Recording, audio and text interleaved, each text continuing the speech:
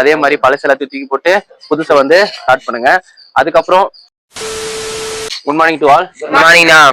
Okay, இன்னைக்கு day 37. ஓகேவா? இன்னும் எத்தனை நாள் இருக்கு? ஆல்மோஸ்ட் 13 நாள் தான் இருக்கு.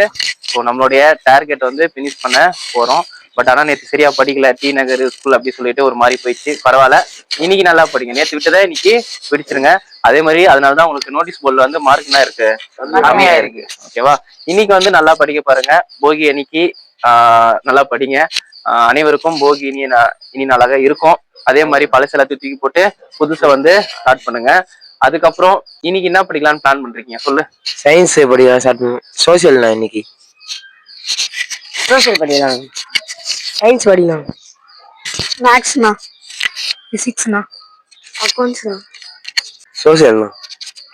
நான் அக்கௌண்ட்ஸ் வந்து 70%. ஓகே. அதே மாதிரி சயின்ஸ், சோசியல் இது மாதிரி இருக்கிற எல்லாத்தையுமே வந்து பார்த்தீங்கன்னா இன்னைக்கு ரிவ்யூ பண்ற மாதிரி பிளான் பண்ணிக்கோங்க. ரிவிஷன் நல்லா பண்ணு.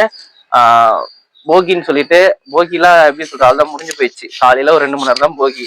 அதனால படிக்கிறத வந்து பார்த்தீங்கன்னா நல்லா படிங்க. நிறைய மார்க் எடுக்கிற மாதிரி ஒரு போஸ்ட் பண்ணி எடுக்கிற மாதிரி பார்த்துக்கோ. ஓகேவா?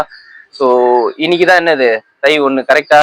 ஸோ இன்னைக்குதான் வந்து நம்மளுடைய தை 1. அதுல வந்து நல்லா ஒரு வித்தியாசமா ஒரு ரெசல்யூஷன் எடுத்து இதுலயே வந்து பிளான் பண்ற மாதிரி பாரு. All the best.